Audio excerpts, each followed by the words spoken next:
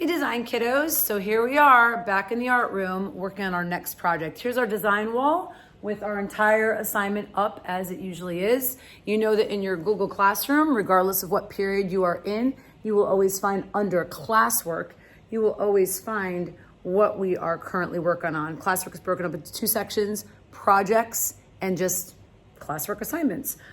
Your projects are worth 50% of your final grade, so it's really important that you are always on top of your project and that you are making sure that all parts of that project get handed in. Let me just open this quickly for you. I don't know why it's not opening. All right. So here's our whole project spelled out on there. I'm not sure why that little stippled leaf sign is coming up.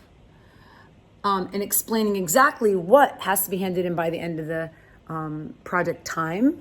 And then each of these little things on here kind of tells you different stuff of what's happening, right? Like each day, things that we're doing, little video clips. We have the written assignment, we have the critique on there. Every little part of your assignment is always all spelled out. So if you're not in school and you're home and you missed something or you've been absent a day, you can come and kind of see what's going on. So always, your Google Classroom is always up to date. All right, so let's get to our wall over here. So little by little, there are pieces on this wall, different things that you are responsible for this assignment. Various materials that you will use or media that you will use for your final project. Up here we have some value scales. These are done in graphite pencil. In your sketchbook, you want to make sure that your value scales are done in your sketchbook. This one is not complete right now. You'll see there are 6, right? There are 6 different things here, and each of them is labeled blending, hatching, cross-hatching, stippling. Those are all things we've done in class already, so you should know a little bit about those different techniques to use a pencil or a pen and ink or whatever material. Here is what it looks like online as well, the blank sheet, all labeled, okay? And it should remind you of something else we've already done in class. We already, before this assignment, did some things like this. We already did those same techniques on this colored pencil sheet. You did a circular motion, a linear stroke, hatching, cross hatching. You did value scales. So this is a repeat, but now instead of in colored pencil, this is in graphite, okay? With that being said, we're also gonna do the same things in pen and ink. So here it is in pen and ink. So there's, again, this little sheet, right? This is copy paper. We want to use really good drawing paper or your sketchbook paper. Okay, so in class you can grab some of those things. Those things might look like some of these student pieces here. So here's a couple of students that were working on some of those things where they're practicing using their pen and ink. They're practicing stippling with their things. The one thing about this particular piece here is they sort of outline instead of using stipple for the edge. So you want to make sure that you're stippling. This one here, you can see on this little cube right here where they've stippled the whole edge. It's not a hard outline, whereas on the cylinder here, there's a hard outline and then it's stippled. Your cast shadow, so this one again, there's no hard edge, it's all stippled, right? And this person's practicing with hatching and cross hatching. Okay, so your sketchbook might look something like this, okay? There's another one with pieces, okay? These are missing their cast shadows. So that's your pen and ink stippling, right? Pen and ink set that we used some different materials that look something like this, right? Using that dip pen and ink where you're dipping it in, which is pretty fun, okay? The next thing down here is some more value pencil things. Ooh.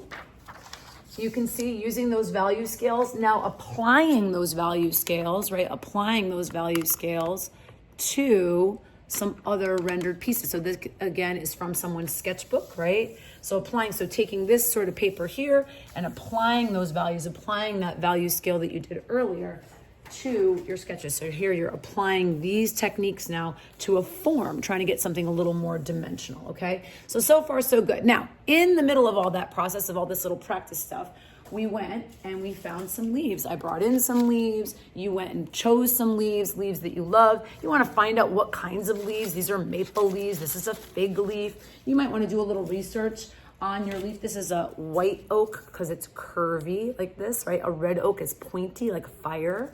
All right, this is a hydrangea leaf. So you want to find some different leaves. This one, I'm not quite sure. I think it's a beech tree.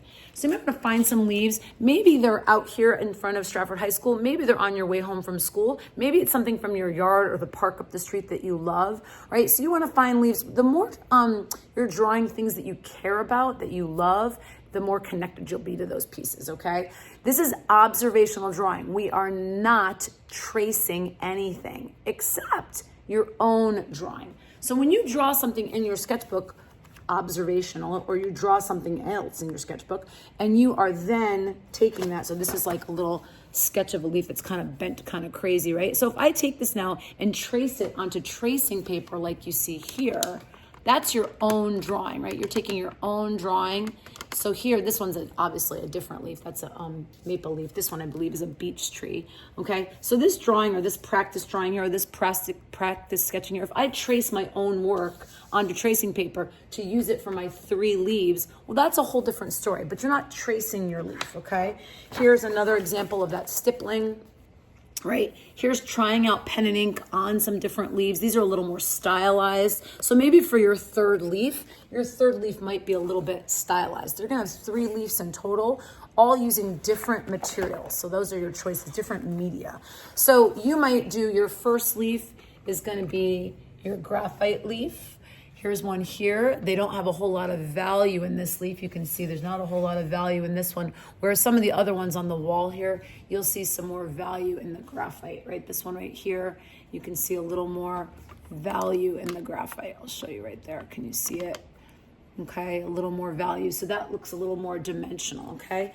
The other leaf is gonna be a stippled piece. Everyone's gonna have one in graphite, pencil, one stippled, and then one is your choice. So this is a student choice here. Do I love this choice? I don't know. Here's another like a Zentangle-y kind of a choice. Here's another Zentangle kind of choice. They went back and used markers or colored pencils and kind of Zentangled up this. We're gonna, for this particular assignment, we're gonna try some watercolor pieces. So if you look up here, we already used watercolor pencil, but if you look up here, we're gonna learn about some watercolor techniques like washes, dry brush, blooming, blending, bleeding things. We're gonna learn some of these watercolor techniques. And we're, instead of using watercolor pencils like this that you've already used watercolor pencils, we're gonna actually use watercolors like this.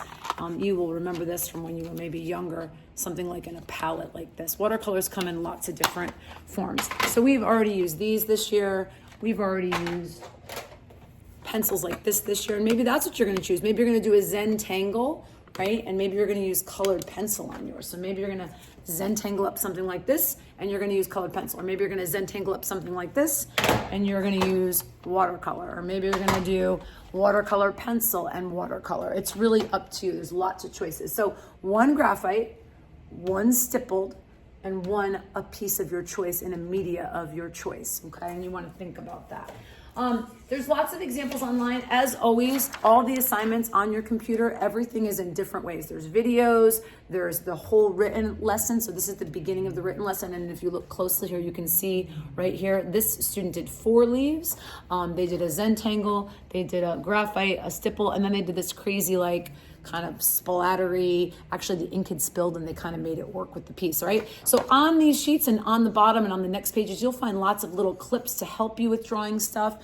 On your Chromebook, you'll also, or on your Google Classroom, you'll also find video clips to help you along the way. If you're like, drawing's not my thing, I have a hard time doing that. Also, check out our Instagram page. Here's a piece from a student a few years back.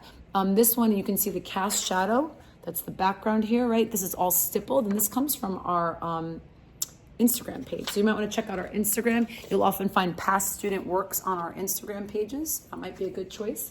Here's another piece. This is a watercolor piece. This student chose to put 2 leaves, and this is all watercolor. So they used all watercolors like this to do this piece, and they ended up cutting them out and mounting them on this blue kind of background. This is just a photocopy of the original work. The student took this piece home.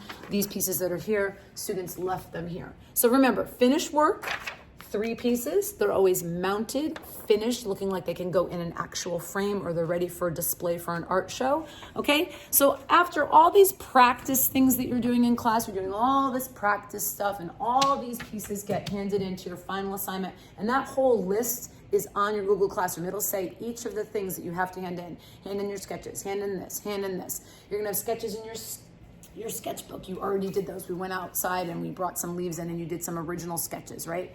Practicing all these different things, okay? And then last but not least, always, always, always written critique. So here's a big mama poster of the whole thing, right? Your description, analysis, interpretation, and judgment. Those things are really super important. They're over here on the wall, okay? They're right here, all those different parts. And that's where you're writing about your work and you're telling me in detail, in complete high school sentences. And that document, again, here it's printed, but it's online already set for you to go.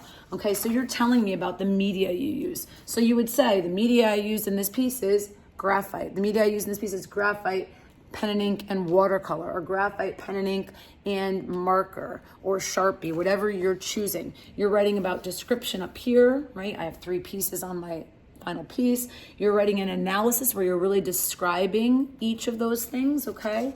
And then your last page is here as well. Your interpretation, why you chose maybe those leaf, what type of leaf you happen to choose, what this is all about. I mean, this is kind of like drawing from observation, so it's not really that exciting. It doesn't maybe have deep interpretation like some other pieces might. And then last but not least, judgment. What went well, what didn't go well? Oftentimes when students are using pen and ink like this, sometimes accidents happen and they get like blobs on their paper and they get really upset by that. So you might say, oh, well, I was pen and inking and I was trying to stipple, a big glob came on the paper. So here's how I worked it out. You saw that original piece I showed you before from that lesson. A student, this was a huge mistake, basically. This spilled on the table, and instead of making it the mistake, they chose to take that pen and add these other crazy splatters to kind of make it look like they purposely did it, okay?